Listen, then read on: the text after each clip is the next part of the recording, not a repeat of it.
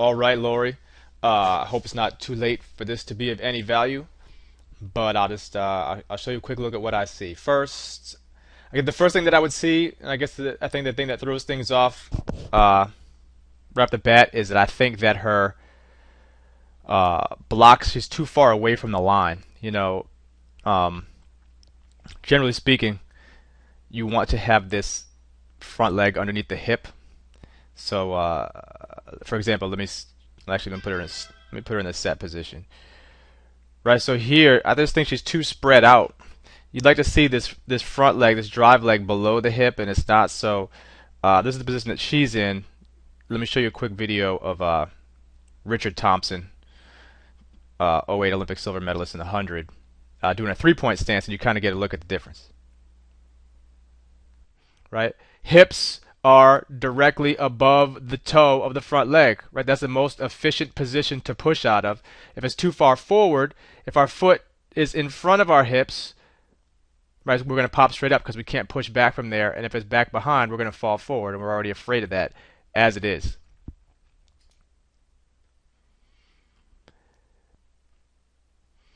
Now here's a couple really important parts. First, this is what I say pushing through the post or driving to full extension. This straight line from the ankle through the hip, through the back of the head, that's the position that we need to push out of when we come out. If we are not pushing and posting and getting into this position, our foot's going to drop. We're not going to take advantage of the strength training and all the other things that we do, and we're going to pop straight up and start spinning our wheels right off the bat. That's the kind of extension that we're looking for. We have to get into that straight line position. And doing that will allow us, again, to get this big, look at this big angle between our drive leg and our swing leg. Right? Big push, big punch of this knee gets that foot out. And this is where we have to be, the position we need to be in, right? Big arm split, right? We see our big arm split here. This position with the hips. You have to try to get yourself in that position. It takes longer to get there than just starting to get your feet going, but the way we're doing it's not fast. So we have to be in that position when we come out. And then, right, see here we can see his foot landing directly underneath his hips. But look at, because we're going to see the two steps here, look at his feet, the direction that they travel. See how they push down and back? Let's look at that again.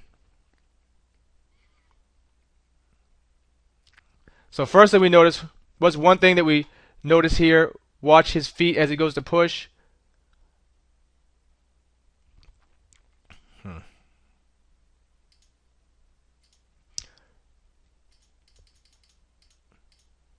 My fault. Watch his feet when he goes to move. You can already see his back foot pushing back into the ground, right? He pushes off both feet, gets extension off that back leg too. Doesn't just step out with the back leg like we have a problem doing. He pushes off both, right? Now look, getting that extension. First step, relatively low to the ground. Nice big split, but watch his leg here. Watch what it does. What we do when we get to this position, which we don't even get to this position, but we're having a problem doing is we're getting out, and that foot is coming out past the knee. This knee angle is opening up, and the foot is just hanging there until it almost hits the ground. But watch what his leg does. He gets that extended position. Watch where the foot's going to start to go. Hold on a second. I'll fast forward here a little bit. All right, big extension, big all the way pushed, all the way out. But watch look at this. He's pretty much toeing off here, right? But watch what he continues to do. He continues to extend as long as humanly possible on the ground and maintain this position so he covers ground with his hips. But watch this leg right here, right? It's not going to come out, reach for the ground and drop or just dangle there. Look how, even from that extended position, it's already traveling back down toward the ground. Look at that pushback. It's pushing back, then it makes contact with the leg underneath the hips. Now watch this left leg, right? Comes through, stays low, but look at the foot. It's not opening up and coming out past the knee. Good extension, vertical, not overstriding, and the foot comes back down, and look where it lands, under the hip. right, and continues to push back. Now he's at full support, and if you look at full support, his foot's actually slightly behind his hip. Continue to push, push, push all the way out of the ground. That's how we have to be, people, if we are going to run some fast times and get better acceleration. So here, let's take a look at it again. Look at that rip back. Let's just watch it one more time. I said one more time.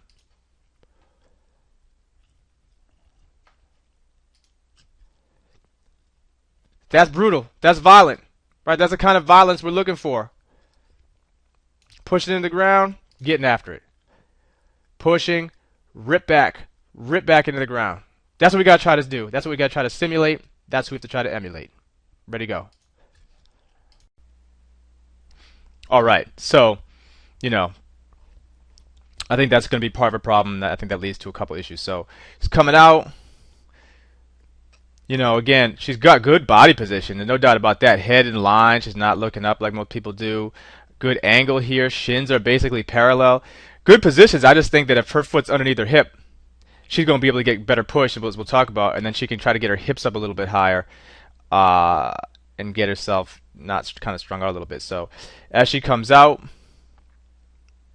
seeing that little bit of rock back, and so this is why I have I generally endorse my sprinters have their shoulders directly above their hands. This might not be a great angle, but I have my shoulders come above their hands, so more here than out in front, because I just feel like now, especially because the position she's in, because she's too long here, they feel off balance.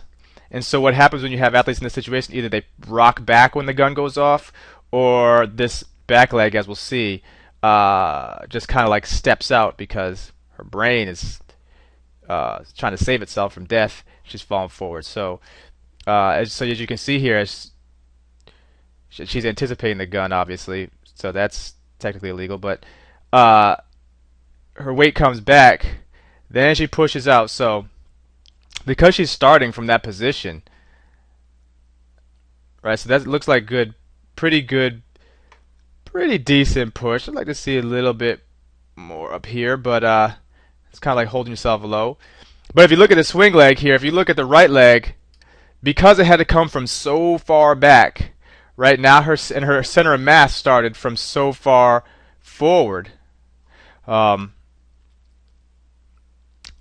where you would want to see, like with Richard Thompson, what I look for with sprinters, particularly those first two steps especially, is being able to get this leg out and this right leg up a little bit higher. And that's partly because she's bent over at the waist here. She's leaning too far forward. Again, she should be 45-degree angle, so it should come kind of more up here. And because she's sort of bent over, broken at the hips here, not going to get as much knee drive. So position it set in the set position, or just the whole block position, plus this kind of leaning forward, prevents the knee from coming up.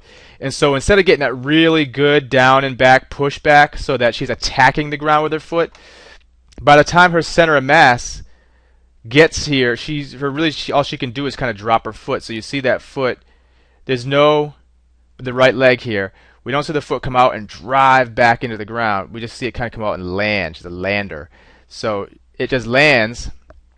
Now her foot strike is a little bit in front of her hips, and she can't get a lot of good push. And so because she's not getting that great push, this left leg isn't going to come through as powerfully.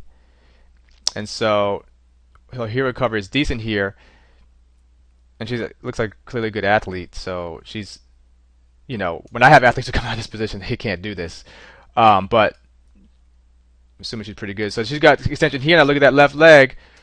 Right now, this is more the position. Now that's a much better body position.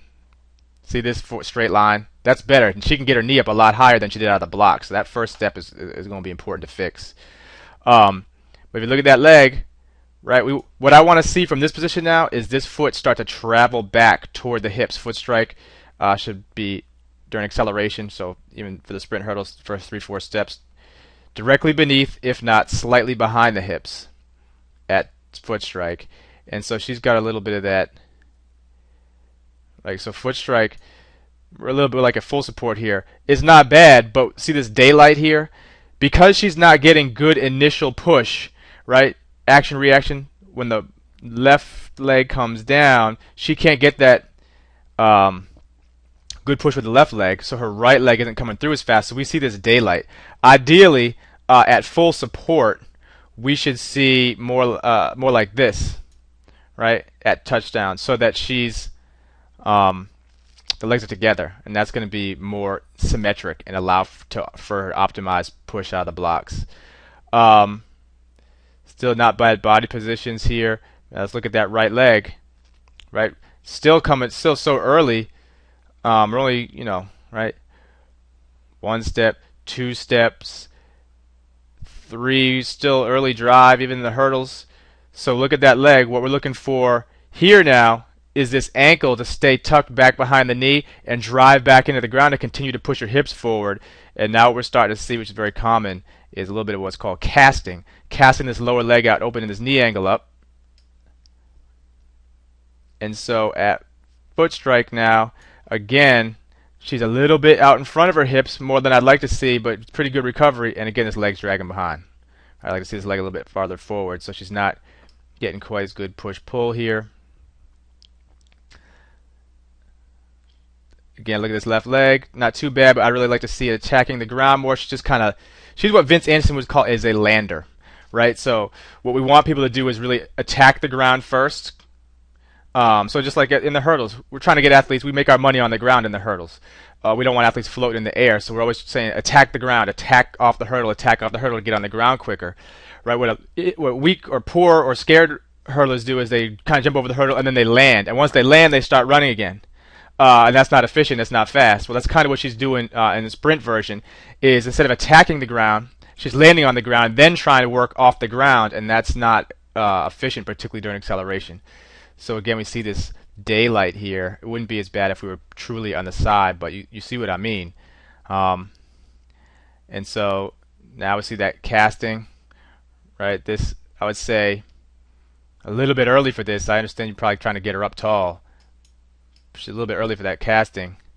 And again, you can see, because if you're going to say, oh, well, first 3 steps, then we need her to be up, more top speed mechanics to get her ready to the hurdle. Well, if that's the case, that as support during top speed work, both thighs should be together. One should not be lagging behind, which just tells me not good. Like, needs to work on glute max development, glute activation. Right, a lot of kids just aren't good at that. It's gonna be like one of my main themes for next year. Attacking is good. Again, look at that support, that daylight. To see her she's kind of a little bit lordotic here, kind of butt out a little bit. Not bad though. Again, look at that. I don't know if I really want to see that before even clearing the first hurdle. This leg way back here, that's too extended. You're losing efficiency. You probably not continue to accelerate through the hurdle. All right. Cut step, not too bad. Probably maybe see a little bit of maybe more aggressively punching that elbow forward, but that's a coaching ish choice or art or whatever you want to call it. I don't even think you're asking me to talk about hurdles. I think you just want me to look at her start, but I'll do it anyway. Again, main thing I see here, I'll probably want maybe a little bit more lean as she's taking off here. It's not a bad position, but this lead arm is not great. Again, always got to teach those hurdlers to adduct that trail leg as soon as they come off the hurdle so that the knee stays higher than the ankle, so you don't get that kind of like letting that ankle kind of whip around and come in an inefficient position off the hurdle, because you can see that toes down, see that knee. We just, even in the women's hurdles, that knee should be a little bit higher. But again, we could debate that. Some people say in the women's hurdle is not quite a problem, but I just think that if we adduct the toe and try to pull the knee up into the armpit, she's going to get into a better sprint position right off the bat, and also she's not going to be in a position where she has to like sweep this arm so wide, right? That's slow rotation.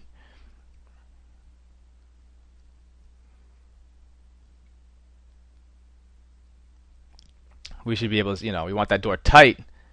And the reason that she has to have it like that is because she's dragging that arm all the way, that leg is rotating slow because it's not in an efficient position. And now you look at her coming off the hurdle, right? She's, as you can see, I know she shut it down over the hurdle. always makes me angry when kids don't run 3 hard steps off the hurdle, but they never do. So she's off. So that might have just been not how she hurdles, because she was only going over 1, and so she shut it down over the air. But that's why I never let my athletes shut it down over the air. So hey, I hope that's been helpful. If you think it's crap, hey, let me know. But if you have any questions, I can do anything for you. Let me know.